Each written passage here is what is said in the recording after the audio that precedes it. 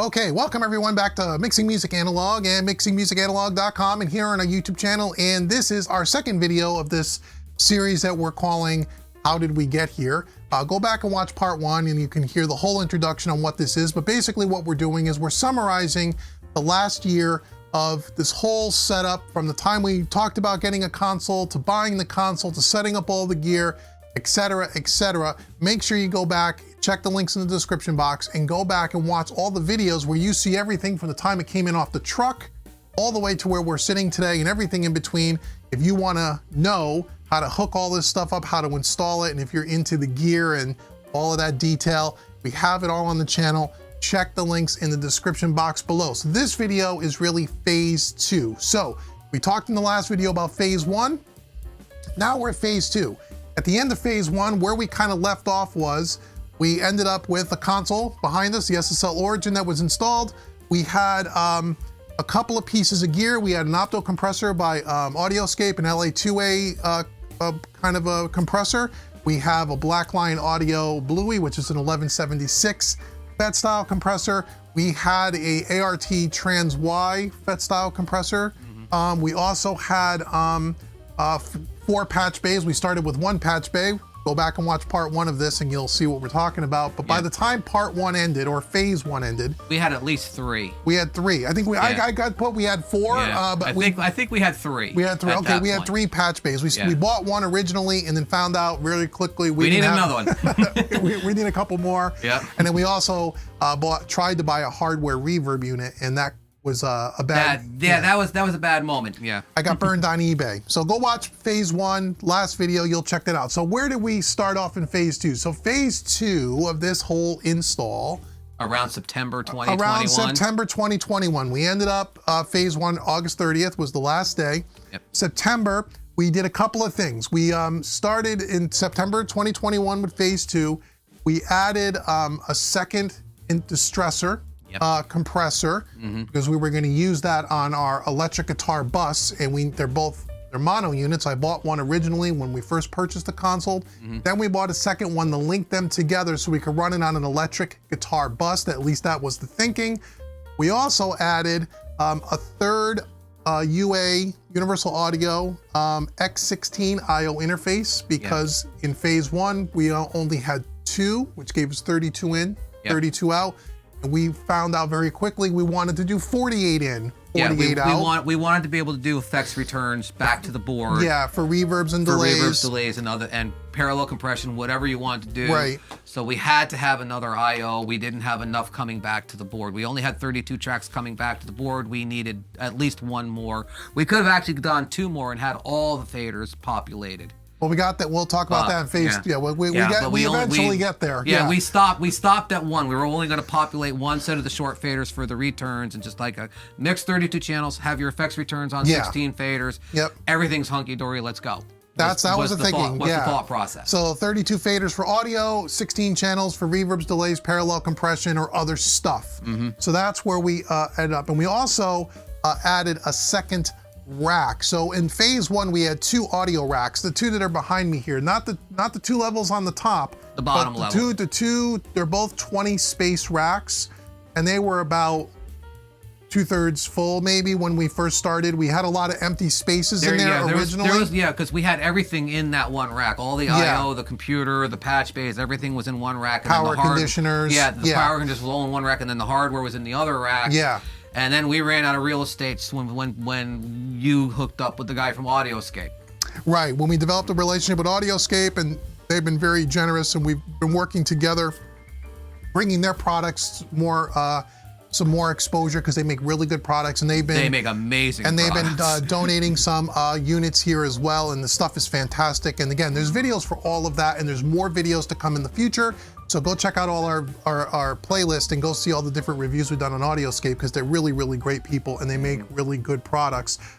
But we had to add another rack. So we have 2 up there now, but the top one wasn't there. Just the first level, which gives us another 8 spaces, because we got more gear. We ran out of space very quickly. Yep. And at this point in time, did we also add the Aphex oral exciters at this point in time as well? At this point in time, we did. We also added that as well. We added right up above the distressors there, we added the Aphex 204 exciters for toms. That's Sadly discontinued. can't buy them. There's other companies that make something similar, right? Yeah, Behringer makes a version of it. I'm pretty sure it's a DSP version rather than an actual hardware version. Yep. But I have the Behringer unit, Yep. and I actually, because the second Aphex over there was mine. Yeah, you bought it and I bought it from you. Yeah, I you figured gave it would be better here than in my studio. Yep. I just replaced it with the Behringer unit, and the Behringer unit does sound something like it. I'm never going to say it's the same, but it does the same basic function. So yeah, you could get one of those on Reverb, or you can every now and again you'll see a 204 come up for sale, and they're great. If you could get one, you could get them for about $300-400 if they're in really good condition. If they're in good shape, yeah. Wonderful on toms. Wonderful, best thing I've ever put on a tom track. But that we got that, and then we also in phase 2 we talked about cable management upgrades. Oh yeah. We talked about that at the end of phase 1, and we were not as hip to cable management, but we got a little more hip to it in phase 2. Yeah, you're kind of forced into it. Pretty quickly. It's like, because the cabling, as you're adding D-subs, as you're adding hardware, you're adding more breakout cables for the hardware off the D-subs. It turns into a rat's nest very quickly. And it gets very confusing. You end up with huge knots of cable, and without really carefully considered cable management, you're gonna have real problems, because you don't want too much tension on those cables either. They're way too damn expensive. Yeah. To have just hanging like that, and two, you don't want to rip the D-sub connector off the back of the patch bay. No, so strain relief was a big concern. Yeah. Again, we didn't really think that through in phase 1, but once we started hooking up all these D-subs and the weight of the cabling, you got to really worry about not only the neatness of the cables and proper labeling, which we showed you in all the videos that you can go watch, but then also how do we strain relief? And we had a couple of different things, and there are a couple of videos already where we went with the iPhone and we showed you the different phases of how we started, and then what phase 1 of cable management kind of looked like, what phase 2 kind of looked like. So make sure you go watch all those videos. So we started using, in phase 2, we started using hardware on more than just the group channel. So again, phase 1, we thought our original intention was just going to use the SSL. We're going to pipe out 32 channels of audio. We're going to put compression on the groups, and that's it. Any other processing we're going to do with plugins. But as we started to hook up the console and we started getting back there and we started figuring out what all the little buttons do, we said, well, wait a minute. What if, here's a stupid idea, what if we wanted to put a compressor on the vocal channel? Let's go buy a Blackline Audio Bluey, which we did. Oh, okay. Then, well, if we could do that, we could put an LA2A on a bass, or we could do whatever we want. Right, and then we had the Aphexes on the toms. Then we got the Aphexes, right? They have to go on a channel insert. So we started adding channel inserts. Channel inserts. So we not only did that, we had to get more into the. Every time you do that, you have to buy a bunch more cables. And again, we'll continue to talk about cabling. If we learned nothing else through all of this, we learned that whatever you think you need for cabling, double it minimum. And you probably should triple it, because you're probably going to need it. And then we also developed in phase 2, as we just alluded to, we developed a relationship with Chris and the good folks over at audio-scape down in Florida. Small little boutique shop that makes replicas of the classic gear, everything from stay levels to LA2As to and these are spot on replicas. Spot on. These are dead copies. Yeah, 1176s, all the different versions of the 1176, analog spring reverb unit, and we have all of it. I mean, and the couple of Pultec style EQs are coming soon. They've been really with LA3As. The LA3As are fantastic. Bought those. So we've developed a relationship with them. That is, we're doing demo videos and reviews for them in exchange for some of the gear, and then some of the gear we purchased. We bought it. So, but they're fantastic. So again, audio-scape links are all in the description box below. Go check them out.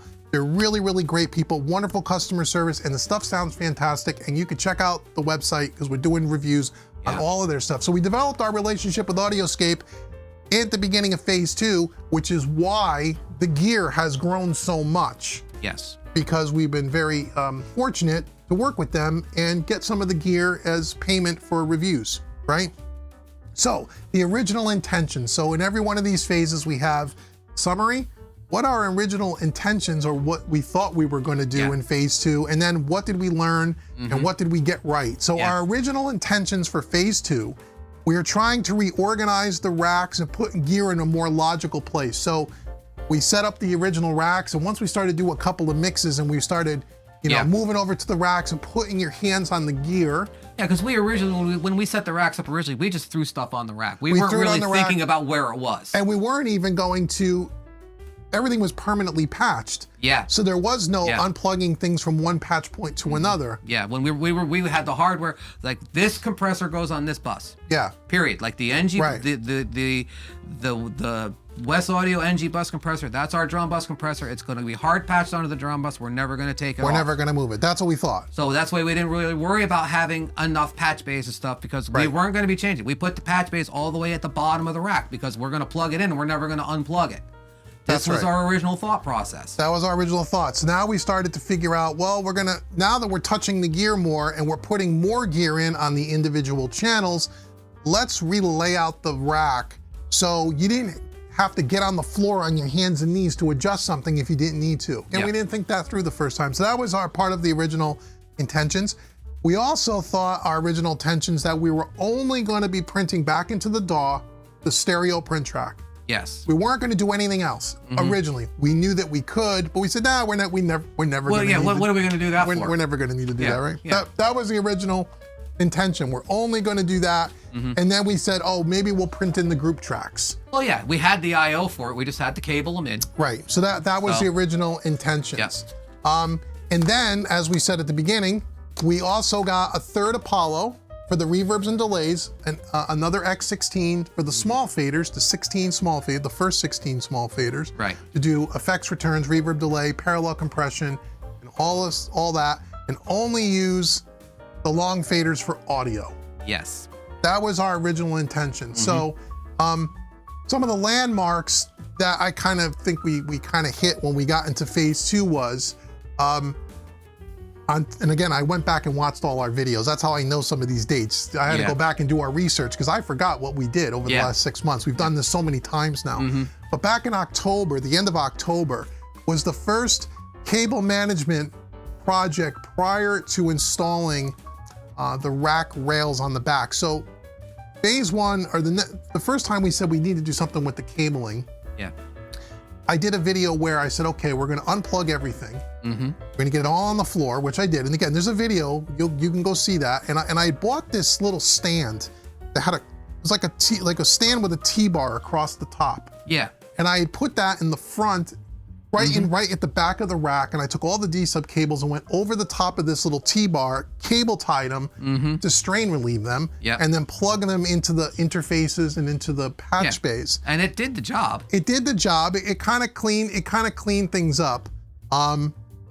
But the problem with that was because we started to put so much gear in the racks that even when you went over this one little rack and you were cable tying it off, to get it to its final destination was a real pain. And you still had a lot of long stretches where the connectors were pulling on the back of the gear, both on the patch bays and on the XLRs.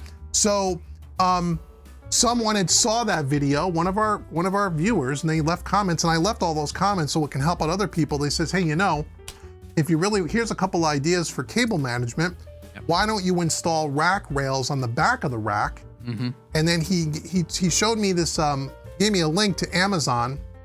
These they use them for IT closets and stuff. They're server rack. That's what they call them, right? They're server rack cable managers. Yeah, and you screw them to the rack rails, and they have these channels that you can route these cables into. Kind of a hook channel kind of a thing. Yeah, it works really good. So we fantastic, said, actually. So I was like, thank you so much for that tip.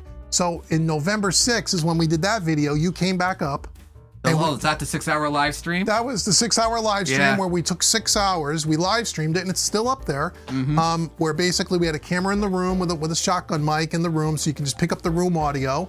And what we did was we disconnected everything again. Tore the racks down. This was like a week after I had just done this. We went back and did it again, and we bought a bunch of rack rails, a bunch of those cable management things, and 6 hours it took us to do that. Yeah, we redid the rack so that the equipment was in what we felt at the time was a more logical position, and we did massive extreme cable management, and literally just tore the racks down. The racks were completely empty.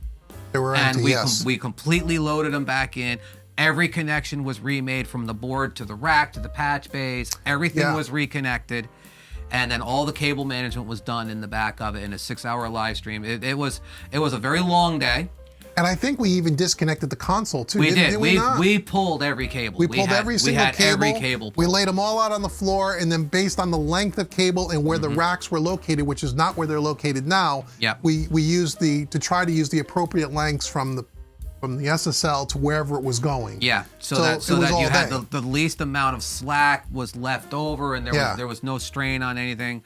It was a very carefully considered, planned out rebuild of those racks. Yeah, in the videos online there, and you could see, and it actually was a much improved from what I did a week before, or what we even did in the very beginning. So we got a lot better thanks to that tip for all the stuff. Yeah, and the workflow of the rack itself was improved as well. Yeah, for sure. Because we changed the positioning of the actual patch bay position changed. Everything changed that day. Right. So then from November 6th, the next time we got back together was on December 3rd. So between November 6th and December 3rd, I probably did 4 or 5 mixes on the console to get stuff for my website. Yeah. Just practice mixes.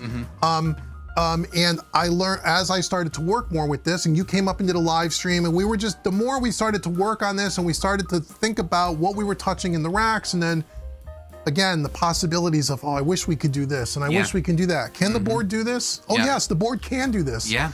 Oh, what do we need to do that? And then we would get our shopping list out and go, okay, well, if you want to do that, on December 3rd, we decided we were going to install even more D-sub cables because we wanted to have the ability to put hardware on any one of the 32 channels. Right, so we needed a patch bay and we needed D-sub cables for all the insert points on the back of the board. Right, which is 8. Yeah. Right, so there's, everything's in buckets of 8, so there's 4 insert sends, 4 insert returns. So it's 8 D-sub cables, 8 D-sub cables. And a 64-point patch bay. Right, and so like we said in the last video, the one thing that we underestimated was the amount of D-sub cables we were really going to need. Every time. And so we went back to the shopping cart, and we had to go buy more D-sub cables. So we did that on December 3rd. We got all that. So now we had the ability to put inserts, compressors, EQs, anything we wanted hardware-wise on all of the long faders. Yep.